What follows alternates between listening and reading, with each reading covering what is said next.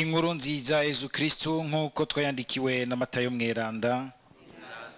Muri irya minsi Yesu yabwiye abigishwa biwe ati, mugenza wagucumuye ko genda umuhanure muri umwe n'umwe, agukundiye uzoba umurokoye, akwankiye jana n'uwundi umwe canke babiri kugira ngo ijambo rivugwe imbere y'ivyabona bibiri canke bitatu. Akaramuka atabumviye naho ubibwira umuryango, niyanka kumvira umuryango uramuraba nk'umupagani canke umutoza kori. Nivy'ukuri ndababwiye, ico muzoboha kw'isi cyose kizoba kiboshwe no mwijuru, ico muzobohora kw'isi cyose kizoba kibohowe no mwijuru. Ndababwiye kandi, abantu babiri hano kw'isi bashize hamwe bagasaba, ico basavye cyose dawo mwijuru azokibaha, kuko aho babiri canke batatu bakoraniye kw'izina ryanje mba ndi hagati yabo. Iryo ni ijambo ry'Umukama.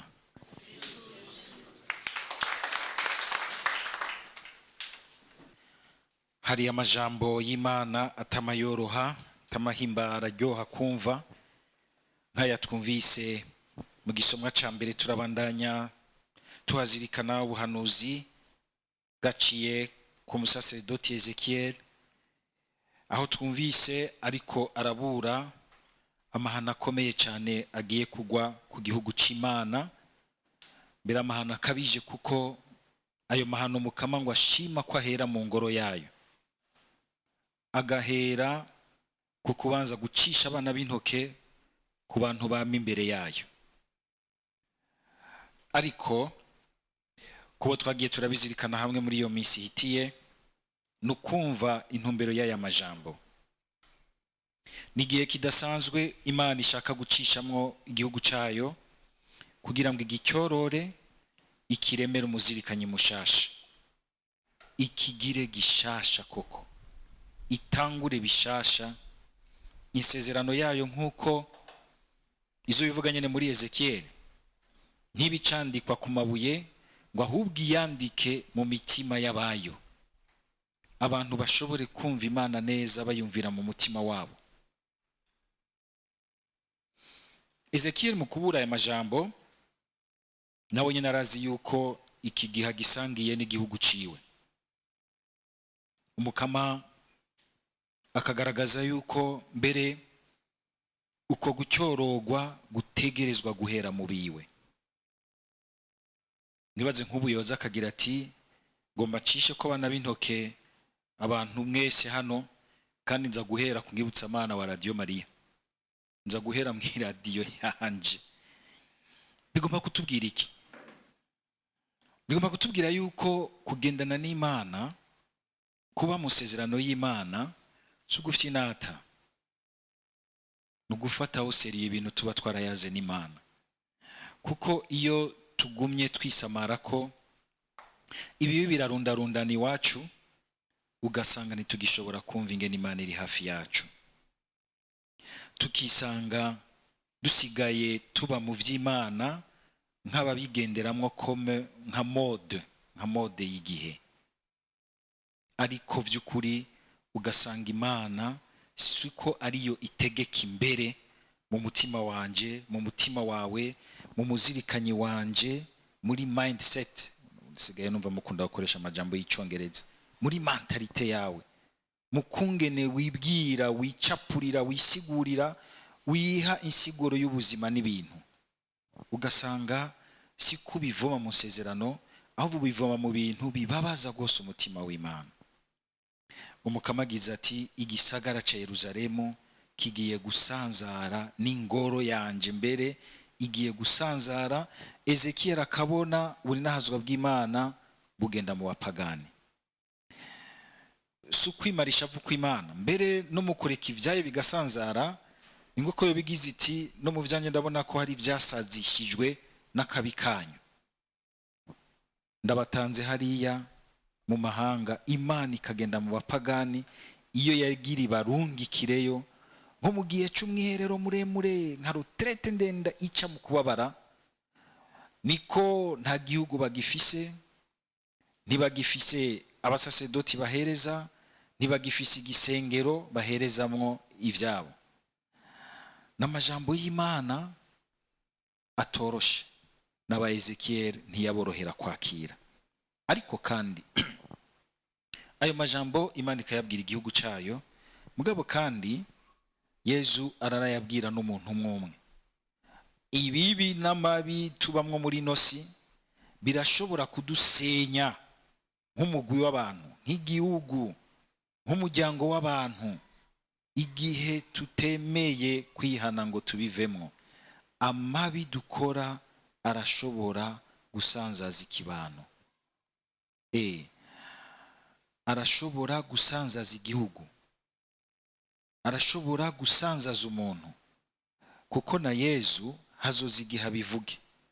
Hari ahantu abivuga mu nkuru nziza agabisha, mu nkuru nziza ya Luka migabane ca 21 ku murongo 34, ahagira ati nimugabe imitima yanyu yoye gutimbishwa n'ubuhumbu, ukuboregwa n'umwitwarariko w'ivy'ubuzima, ahandi ho wa munsi wohavubagwa ko giturumbuka.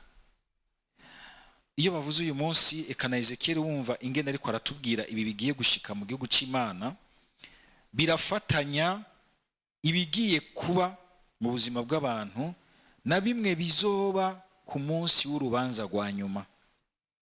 Ukumva umenga mbere bizananyemwo urubanza rwo gutandukanya abi n'abeza.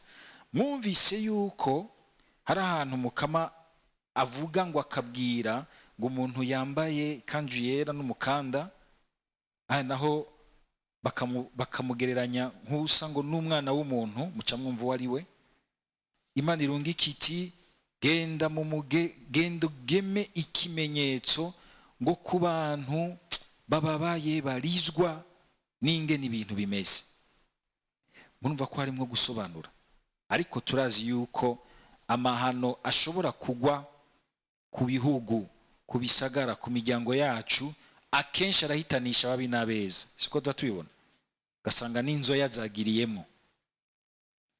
Ariko ugaca wumva Ezekiel ashizemo indi siguro yo gusobanura ngo abantu barizwa, bababajwe n'ingene ibintu bimeze, nibageme ko ikimenyetso c'Imana, kugira ngo ugusibangana kw'igisagara, ikiyaga n'ibiki vyose, gusibangana kw'isi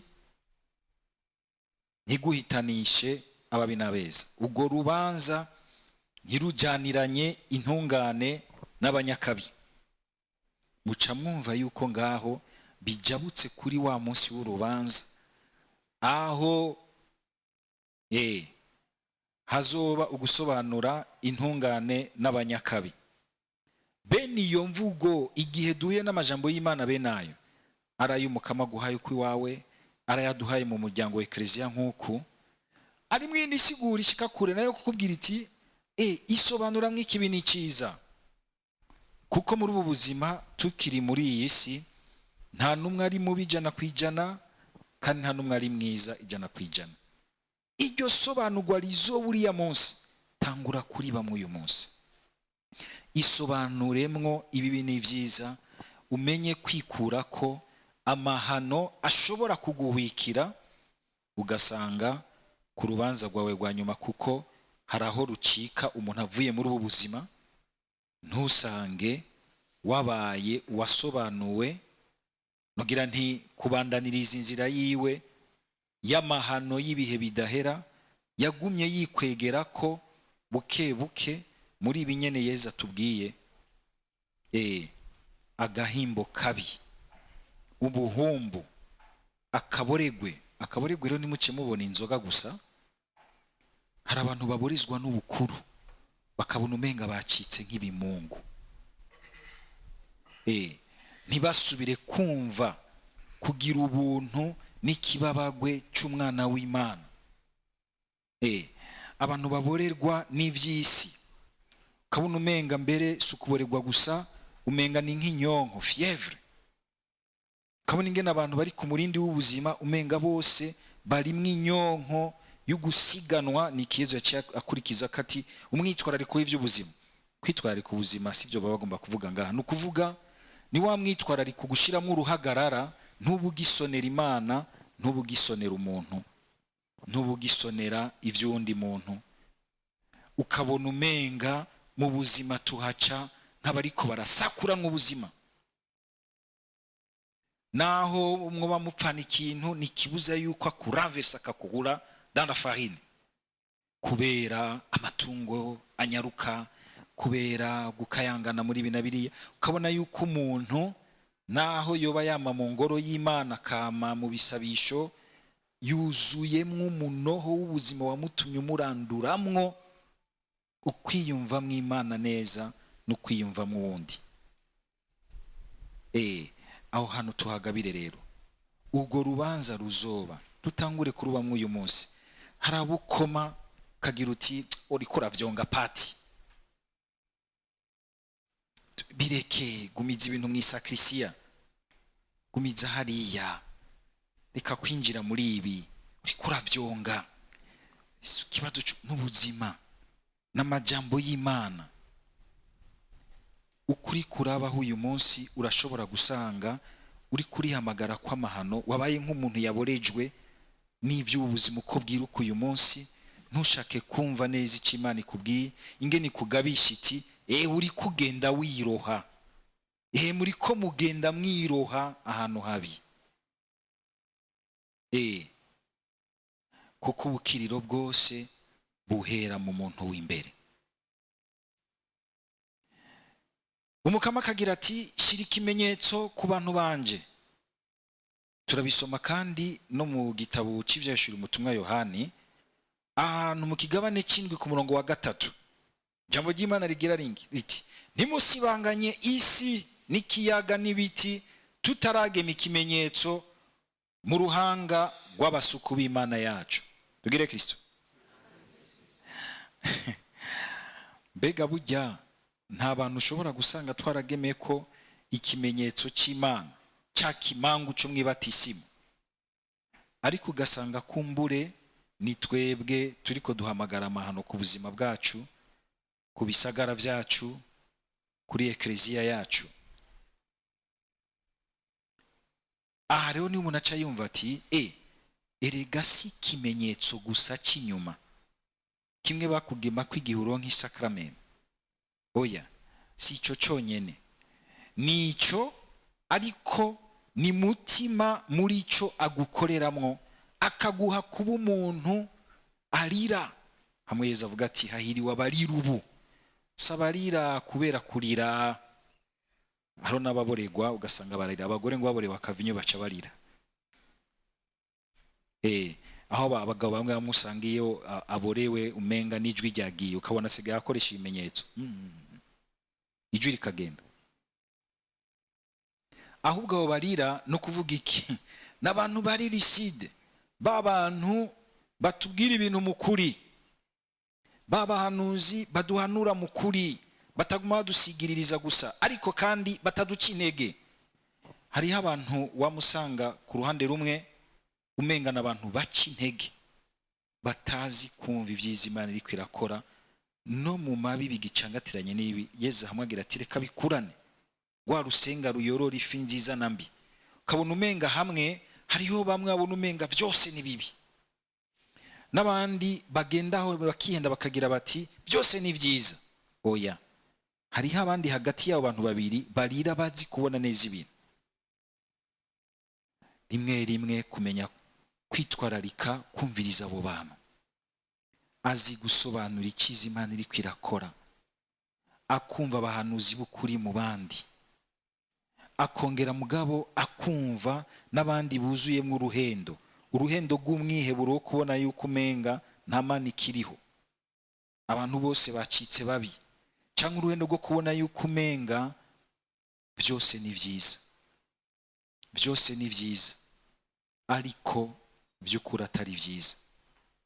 Umukama rero agashaka yuko ahubwo uyu munsi mukumva aya majambo y'Imana duheza tukaba abo bantu barira, abantu bari biside, abantu babona neza amaso yabo acyorogwa n'amarira yabo yo gushaka ineza, bagahamagara ineza bakayitangira kugira ngo bagabanye amahano canke babe barayigijeyo. Hari abantu beza muri ubu buzima, Imana ibahezagire. Igihugu cacu kigihagaze ko, abantu beza, ubuzima bw'abantu bugihagaze ko, imico myiza igihagaze ko, bariko baragwana ngo ya mico yo muri ethique mondiale, ibi bintu tubona biriko birahindagura imico nabi, kandi ukumva ko imico yavyo ifise ububasha bwinshi bw'amafaranga, bakagomba kubinyengetereza mu bantu ku mayeri kugwenge, mu maproje bakakubwira bati utemeye gushiramwe abasambana mu basangiye ibitsina nta mafaranga tuzoguha. Byo turiga turabikoreramo. Sodoma na Gomora turibuka iki twibutsa. Hariho abantu usanga bariko baragwana kugira ngo ivyo bintu nivyinjire mu mero, mu mico n'imigenzo y'abantu. Uhagurutse ugasanga barakwica ku mayeri kugwenge, ariko ngo wica inkoko ngo utinsake ntuta wait and see. Umunsi wo gusobanura uriho, ntitufye nateko. Iyi Imana ivuze gutya ibigomba kugabisha. Canke n'ibindi vyose ushobora gusanga dukorera mwibibi, turiko turazana umuzirikanye mubi. Hajya hariho ikibi dukoze kimwe, mugabo igihe twimenyereye giheza kigaca cicarika muri twebwe ingeso, imero, kamere, ugasanga abantu bose barahengekeye mu bintu bibi. Nico gituma mwumva Imana ihaguruka ikagira iti rero hera urubanza ruhere kuri barya nyene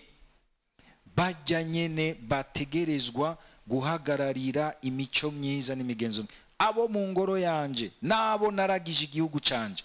Hera mu barongoye abandi, urubanza niho ruhera.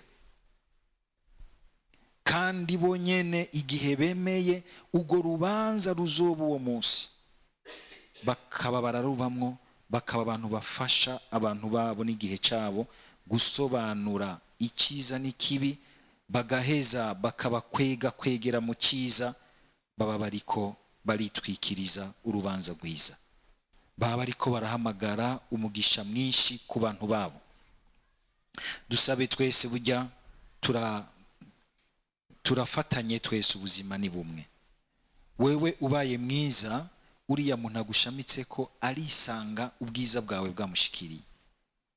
Ariko ni waba mubi naho wabikoreye mu kinyegero, kuko bikugira mubi, hari ahantu utevya ineza mu bandi, cyangwa ugasanga wayisutse mu bandi. Ubwo rubanza Umukama adufashe kurubamwo, kuko ico kimenyetso yadushize ko mwibatisimu kirimwo ububasha bwo gushobora kugwana n'inabi, kugira ngo nubwo twonayigwamo nk'abantu b'amagara make, ntituyirekerane ngo igumeho tukaguma twivyukiranya tugwana nayo. Kugira ngo nticike ingeso, nticike kamere, nticike impengamiro. Naha twumvise Yesu acagira ati mwene wanyu niyagucumurako mushikire muvugane umwe n'uwundi, kugira ngo iyo nabi ntihave itsimbatara ngo ihave icika ikintu umenga ni ikintu gisanzwe mugenderamo. Yesu akerekana ingene azi neza ko n'umuryango wabiwe abaronse ico kimenyetso saba marayika baracara abantu bashobora gutsitaranako. Mbega iyo dutsitaranye ko tuvyifatamwo gute? Uyu munsi dufise impararo yuko ivyo dutsitaranyeko nako, ivyo ducumuranyeko, ivyo tubonye wundi vy'amagara make, no gucuhamagara ya mateleviziyo akorera kuri internet, ugashira umuntu kuri karubanda, mugani wa Baskovya ngo kuri karubanda, kuvuga ku mugaragaro nande aho byandaho. Yego niko hari igihe harabazi kubivuga babikuramwo icigwa ku bandi n'abandi ubona umenga nivyo baryoherewe. Nagomba ntera kamo abantu dukorera hamwe mu bintu by'ibinyamakuru, ugasanga umenga baravugisha umuntu azi kuvuga ibintu bibi gusa ku gihugu, bibi gusa ku bantu, ukabona ingene batamenya, kuko bene ivyo abantu turabikunda. ngo inkuru nshasha ngo itarakoza amaguru hasi, ukibonye kuri YouTube uca wugurura. Ariko jewe navuze ijambo ry'Imana nti muragabe mwe kwihamagara kw'amahano, ucugitambuka ucucugara n'ingoga, ucucugara n'ingoga. Buke ivyo bintu vyose ngo naka ngo ntaca asigarije naka. Mbega kuvaho ayo marezo aziye, igicumuro cy'ukwararaza caravuyeho.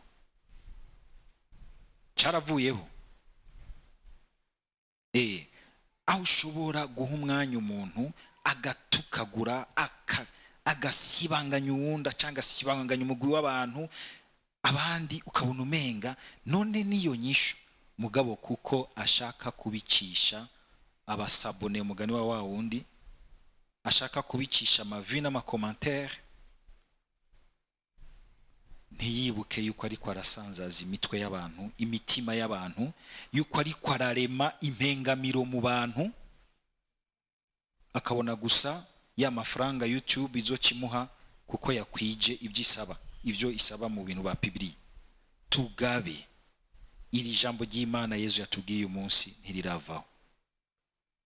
N'igihe dushobora kubona ibihanzu yuca nkuriya, ntitubigira urudandazwa, ahubwo tukarondera ingene ivyo bintu tubikira no mu kibano, ariko dushoboye gukizanya. Ushobora kwanka ikibi utansa umubi, ahubwo ukarukora uwundi. Ivyo kandi ntibiri gusa kuri ivyo vy'amarezo, no hagati yacu ugasanga hari igihe bitunanira rwose kumva inzira nziza yo kwihangana n'urukundo twocamwo kugira ngo dukure ikibi hagati yacu mu kibano, ntigicike ingeso, ntigicike kamere. Umukama dufashe kugira ngo no muri ivyo tugicumbagizamo nk'abana b'abantu, twame tuba abantu nogira ntibafise ubwenge busobanutse neza mu Mana, abantu bari lucide bashobora gufasha ngo twigizeyo canke tugabanye amahano y'amabi usanga aba mu buzima bwacu bwa misi yose. Amen.